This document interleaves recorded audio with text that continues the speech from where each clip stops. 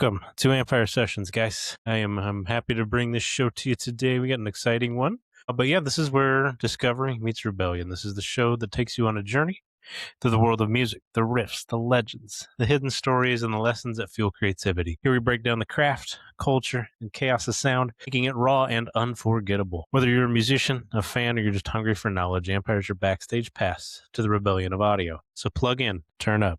This is Ampyre Sessions. I am your host, Dustin, and today, guys, we got a really good episode. We got a really good episode.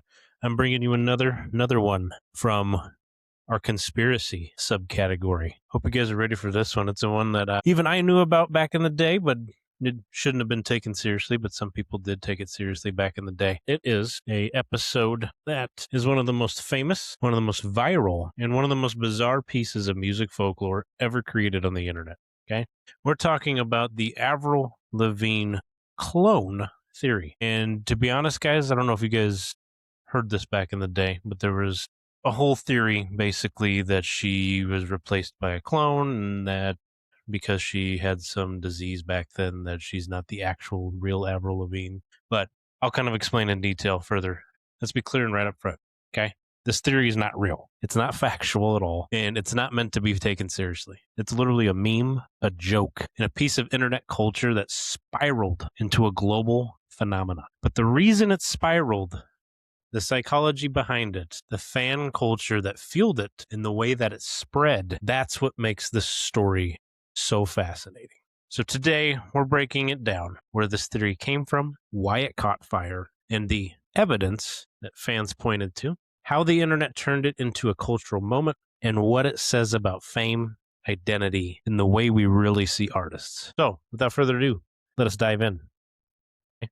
So, if you guys don't know who Avril Lavigne is, okay, she was a kind of like a pop punk star back in the day, way back in the late 90s, early 2000s, really had a hit song called Skater Boy, which is a really good song.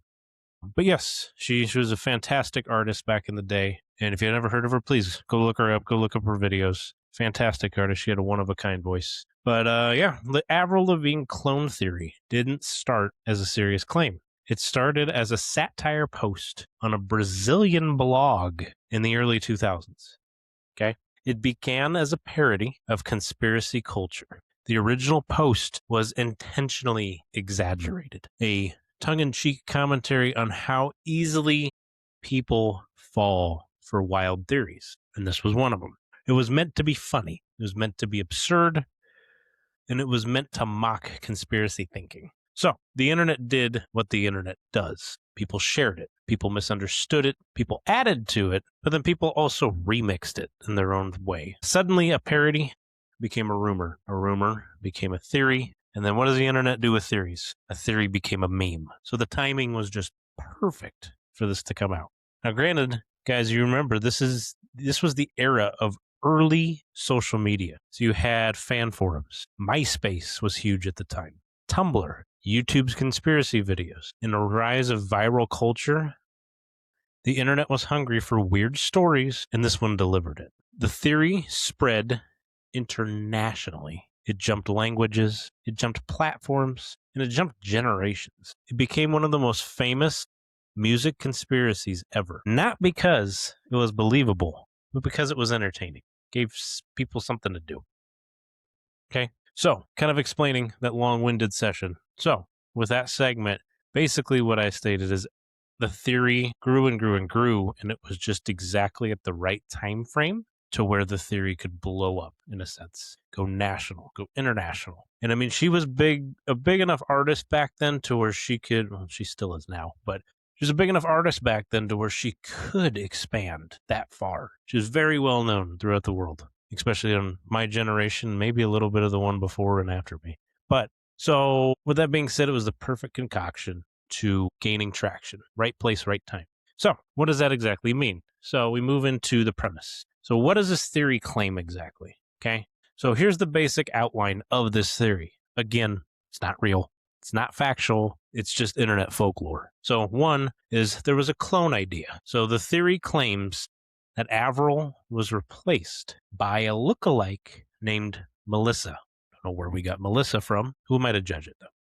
The supposed evidence was fans point to changes in fashion, changes in vocal style, changes in songwriting, changes in personality, and a big change to public image. Okay? But here's the reality of things, guys.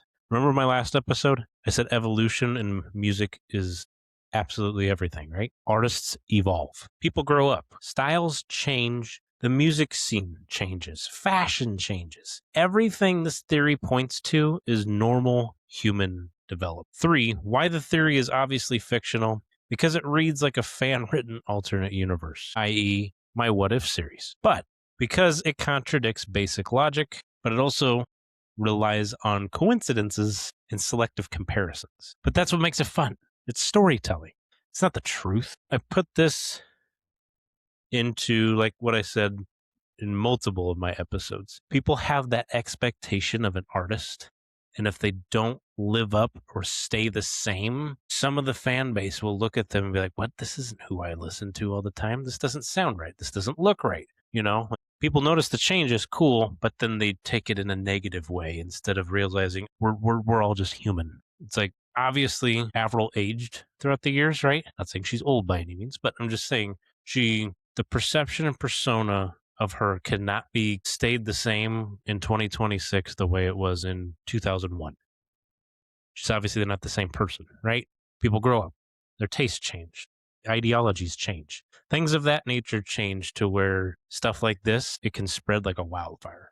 But that's what makes it fun, right? The people that don't buy into it, the people that realize, okay, this is not real. But there are some out there that do take it real, okay? The evidence fans love to analyze. So let's break down the evidence, okay? So fans cite not because it's real, but because it's fascinating, right? How people interpret things. So early Avril Lavigne, you had ties, right? Some of her music videos, she had that punk rock look, ties, tank top, skater punk aesthetic, okay? The later Avril Lavigne wore dresses, had more of a glam look, more polished style, or adult style, you could say, right? Fans stated this is a different person, but in reality, it's just called growing up. It's called evolving as an artist. It's called having a stylist that changes your style, changes your perception. That's the beauty of the story, right? Some people like this new look. Some people, like I said, when something changes from what they are in the norm for, they have a difference of opinion. 2, vocal differences. Fans compare early recordings to later ones and claimed that the tone had changed. Reality, everybody's voice changes with age, whether it's age, technique. She could have had a different vocal coach, vocal training, production style, her health, genre shifts. Every artist, I don't care who you are, sounds different over time. And I challenge you to actually go back in time and pick an artist that you actually do enjoy and realize that the style as they began to age did change. You just didn't notice it because you're into that norm. You love what you originally heard, right? But with age, they have to change their style. So, 3, handwriting comparisons. That's another thing fans sought out. Some fans compared Avril's handwriting from different eras. The reality, handwriting changes constantly, especially when you're signing thousands of autographs. Unless you have a printer that can literally print your signature, it is not going to be the same every single time. Guarantee it. And that's something that people bought into. 4, facial comparisons. Fans point to photos and said that her nose looks different or her jawline changed. Reality of things, pictures state 1,000 words, not all of them are real. Lighting, angles, makeup, aging, camera quality, normal human variation can change how somebody's composition does look. And then 5, symbolism in photos. Fans analyze the way she posed, her outfits, background objects, and color choices. This was where the theory became full fan fiction, and it definitely was a mode. It was creative, it was imaginative, and it completely detached from reality. So, in other words, a fan goes in depth on speculation of certain things, but everything I just named there, you literally can take from age, styling, creative background, and literally make a justification to why maybe she looks different or why she changed up her style. With age, it does change a lot about a person. So, I mean, from there, you can really make a lot of differentiations on why the fans thought that way, but you could also kind of understand why they did. But again, It was meant for complete and utter just amusement of people. It wasn't meant to be taken seriously. So I bet the biggest question you're wondering right now, guys, is why did this theory blow up? Okay. So why did this theory, out of all, and I mean all, of the massive internet conspiracies become so massive? And there's a lot of them out there, guys. Not even just music. We're just hitting music. Imagine all the other conspiracies of different things that you could go in depth with. But the reason it blew up, one of the reasons was Avril was a cultural icon. She represented a generation. She had a distinct image and she had a massive, and I mean massive, fan base. When someone that iconic changes, people notice. Okay. And what I mean by she was a cultural icon, in my opinion, back then for our genre, or for the punk rock look, the alt rock, whatever it was, whatever type of rock you were into back then, besides Amy Lee of Evanescence, she was really one that really stood out because there was not a lot of women in the genre that, we were accustomed to. So Avril really stuck out. She was like our Taylor Swift, so to speak. The second reason why this blew up, the second is the theory is just absurd enough to be entertaining. In other words, it's too wild of a theory that people would really take this seriously. Some people did. It's kind of sad to say, but it was just entertaining. So it's not dark. It didn't harm anyone by any way. It's just weird. It's a weird theory that somebody would bring up.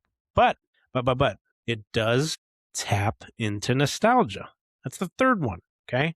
So people who grew up with early 2000s Avril Lavigne felt protective of that era. Sounds familiar from previous episodes where I've stated when fans feel protected or gatekeeping of something, what happens. But the theory became a way to talk about how much things had changed, okay?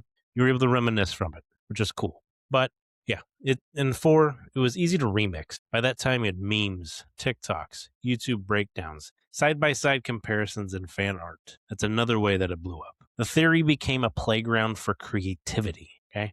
And 5, it's a commentary on fame. When someone is famous, the public feels ownership over their identity. I don't know why, but that's just how it is. Once you're in that limelight, you're stuck in that limelight. Any change becomes a talking point. So this theory is basically a dramatized version of, and I'm going to state in quotes, Avril changed. Why? Why did she change? Okay. So basically, she blew up because she's famous. People love to protect that day and age, too. Which I don't think I'm ever going to think Avril Lavigne other than what she was back in, the early 2000s. Because that's what I grew up on.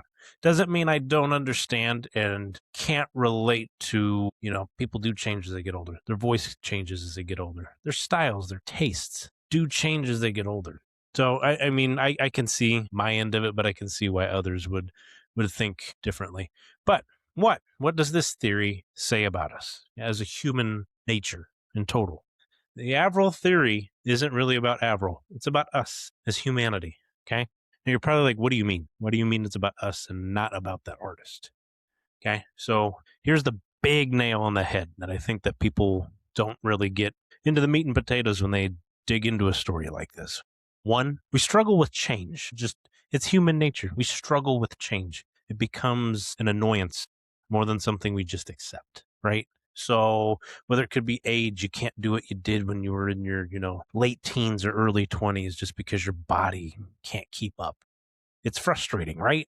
So it becomes an annoyance.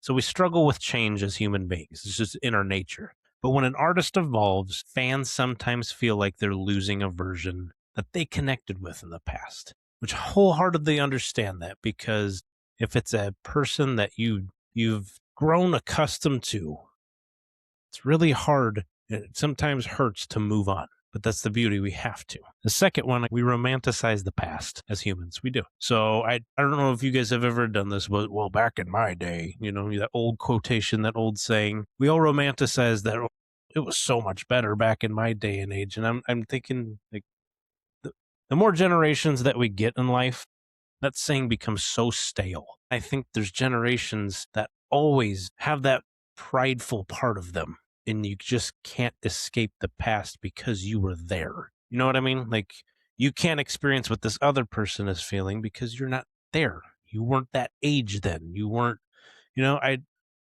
For me personally, I think we should all at the end of the day drop the back in my day, it was so much better. I highly disagree. At some point, you just got to live in the moment. You can't reminisce. But moving on, the theory is nostalgia disguised in mystery, right? 3, we love storytelling. That goes back to our primal days as humans. We just love telling stories, right?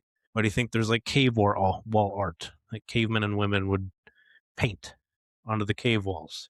It's like we love storytelling. Humans are natural at it. We turn coincidences into narratives. We turn changes into plot twists, and that's how it kind of spirals. But 4, we project meaning onto celebrities. Artists become symbols when they change. The symbol changes, fans react. Okay, which is completely normal. That's just how society is nowadays. Okay, but I think it's healthy when you start to understand that and you can actually live and move on from it. It becomes a little more unhealthy when you start being negative and derogatory about it. And then the 5th one, we love a good meme, right? Who doesn't love a good meme? At the end of the day, this theory survived because it's funny, guys. It is. It's a shared joke. It's internet folklore. I don't even think Avril herself took any shame or any offense to it at all, but it's funny. At the end of the day, it really is. And that's what people need to realize about this one. But what do we need to take away from this episode, guys? Here's the reality. The reality is artists evolve. Here's the truth behind the theory. The boring human truth. Avril Lavigne grew up. Her style changed. Her voice matured. Her music evolved. Her life shifted. That's not conspiracy, guys. That's just being human. The theory is fun, but the real story is even better. It's an artist who survived the industry, reinvented herself, and kept creating. I think that's a beautiful fact of life, especially for an artist. Now, for myself personally, I'm always going to remember her older work, right? Because I grew up on it. That doesn't mean I can't enjoy the things that she continues to make. She's a fantastic artist. If you haven't listened to any of her like post, Skater Boy and albums like that, I highly recommend it, from her days even when she was dating Chad Kroeger of Nickelback. Like, she made some very good music afterwards. But that is it for today's episode, ladies and gentlemen, of Ampyre Sessions. I hope you really enjoyed this. We expanded a deep dive into Avril Lavigne's Clone and one of the most iconic pieces of music folklore ever. Okay? If you enjoyed this one, please share it, like it, subscribe to it. Please go ahead and comment. I enjoy comments, guys. I try to get back to you within a day, but I enjoy the comments. And if you feel like these episodes are something for you, especially with the new stage that I have for our recorded episodes, please go to our website, www.ampyresessions.com. From there, click the Backstage Pass, see if that's something that interests you at the end of the day. If you guys do subscribe to that, I appreciate it. You will get full-length video recorded episodes in 4K. You will also get exclusive artist interviews. I will not post those at all besides on my page. I will post shorts, but I will not post long artist interviews or any interviews really besides on my webpage. Also, you get members discounts, okay, for merch, and then for special occasions for months on your membership as well. That could be on there as well. Live links you also get, guys. So if you ever wanted to join me as I record these live, more than welcome to. I answer questions even while we're in there. And definitely, please hit that contact button as well. I'd love to hear from you guys. And then also I'd love to build a Q&A episode. We're past the halfway point of this month, guys. I don't have any QA inquiries at all. So that might be something we have to skip this month because I don't have any. So if that interests you, you want to hear anything about me, about my life, about Ampyre, about music in general, please hit that comment page and then share your email and ask a question on there. I'd love to answer it and love to build an episode for you guys about strictly just Q&A sessions between us. But yeah, you've been listening to Ampyre Sessions, where discovery meets rebellion. The journey doesn't stop here, guys. Keep exploring. Keep the fire alive. And until next time, stay loud, stay bold, never fade into the noise. This was Ampyre Sessions.